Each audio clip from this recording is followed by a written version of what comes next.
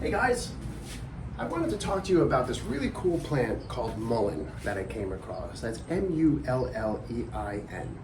Mullein is a wild plant that grows in our area, and it has a lot of beneficial properties that I think for most people out there could stand to benefit from it. What's really cool is that so many people, they don't even know about it, and yet at the same time there's countless legions that can attest to the benefits of it and have experienced them firsthand. Now, I first learned about mullein. I was in an honors elective class in high school. I went to an all-males Catholic high school, and in this elective class, we were studying Native American cultures and other cultures that are somehow casually, for whatever reason, omitted from the history books, and they're kind of glossed over or sort of forgotten. And so we were able to take a deep dive in it, and as part of this class, we went on this camping trip to upstate New York, and we met this guy who lived completely off the grid, and he had shared with us mullein because it was all over the fields and everything, and I remember I had bad asthma at the time, and so he had explained that, oh, if you take this and if you smoke it, it's actually good for your lungs. Now, to me, it didn't make sense. Why would you smoke something? How is that good for your lungs? But there are a lot of medicinal qualities to it. It's an anti-inflammatory.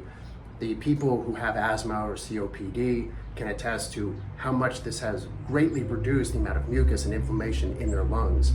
And the good thing is that you don't need to smoke it. You can make it into a tea, you can make it into a tincture. You can buy drops on Amazon. I mean, now it is so accessible and readily available. So I just want to walk you guys through that and hopefully teach you some things, and hopefully you discover something cool. Now, this is an example of some mullein that I had harvested.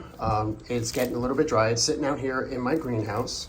Normally, this is the flower stalk. Normally, these are bright yellow flowers. The plant can grow to be pretty tall, like 6 feet tall, perhaps even more. And of course, the coloring is a lot more vibrant than it is now, only because this has been drying. You can kind of hear it getting crackly. So I just put this on some string, and now it's kind of a cool decorative piece, and I'll just hang that, on the side of the barn here. I had actually pulled aside some of the leaves. These I actually further dried. I put them on a dehydrator that I have for maybe like an hour or so, really not that long. And then the rest I just kind of put in this brown bag and I store it to the side. So I'm going to show you a picture right here.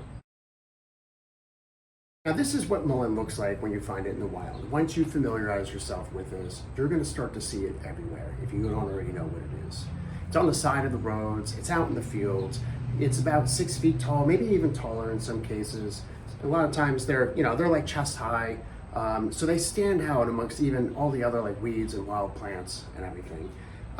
So you should be able to quickly find it, and you can locally forage it yourself. And you can do what I did, where you just dry the leaves and you can make a tincture out of it. I'll have a separate video that shows you how to do that. You can take the leaves and with very minimal processing, put them into like a tea bag and make your own tea. Or if you are perhaps a little bit avoidant of actually doing that and trusting yourself on how to identify it, that's okay. If you're nervous because maybe some of the plants on the roadside have chemicals on them or whatever, you can buy this stuff on Amazon, which is also what I did.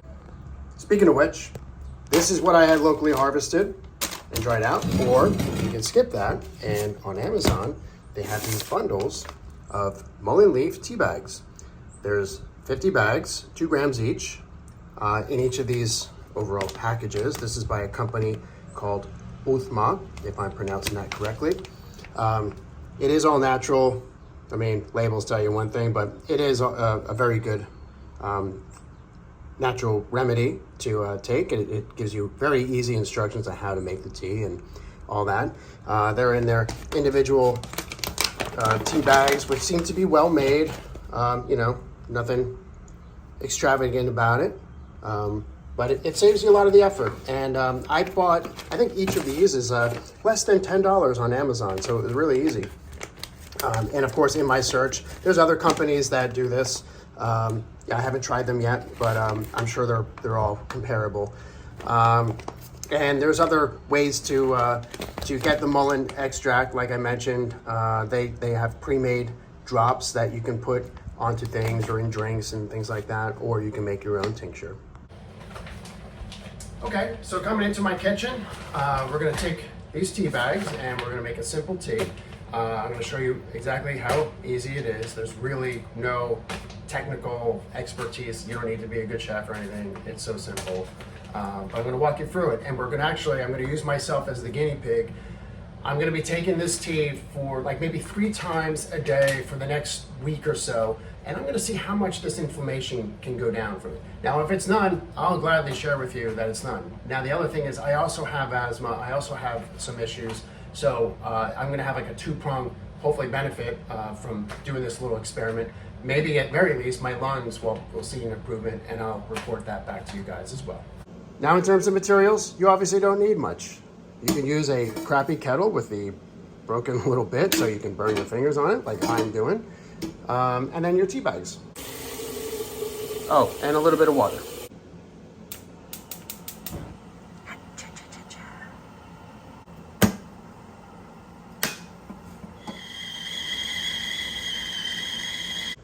My kettle's a little bit busted.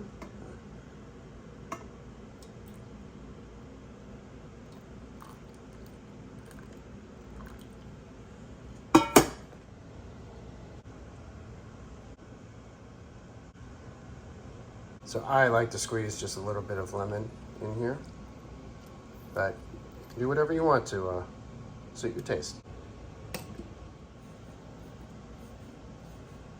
Give it about 3 to 5 minutes. Just let it seep. You can see the water starting to change color. All right, it's go time. Let's see how this thing tastes. It's pretty good.